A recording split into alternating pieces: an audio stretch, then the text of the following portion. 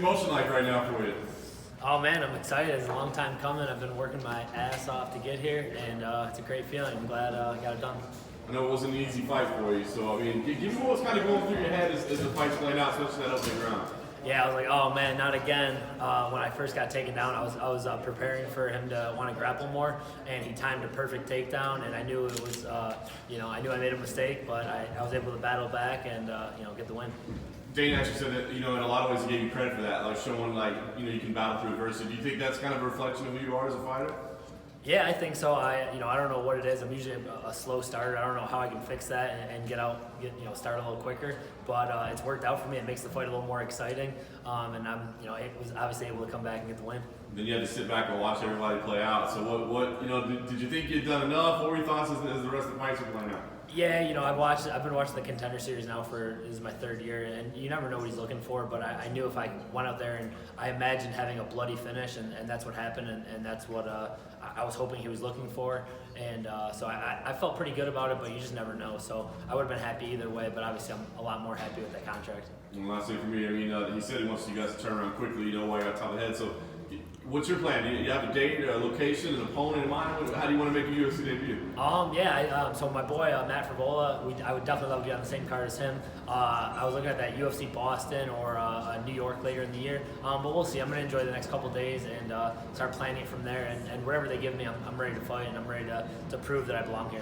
What's going through your mind in the first round? It looked like he had you in all kinds of trouble, and it's you fought so long, 4 years to get back here, and then were you thinking like, oh man, this could be it? Yeah, luckily I train with black belts every day. He's a black belt in jiu-jitsu. I train at Gracie Tampa South.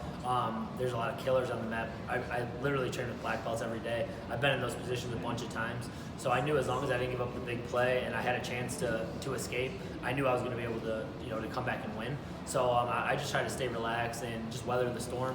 And luckily it worked out. I was able to get out of that position and get on to the next round. And then what did your coaches say to you at the end of the round?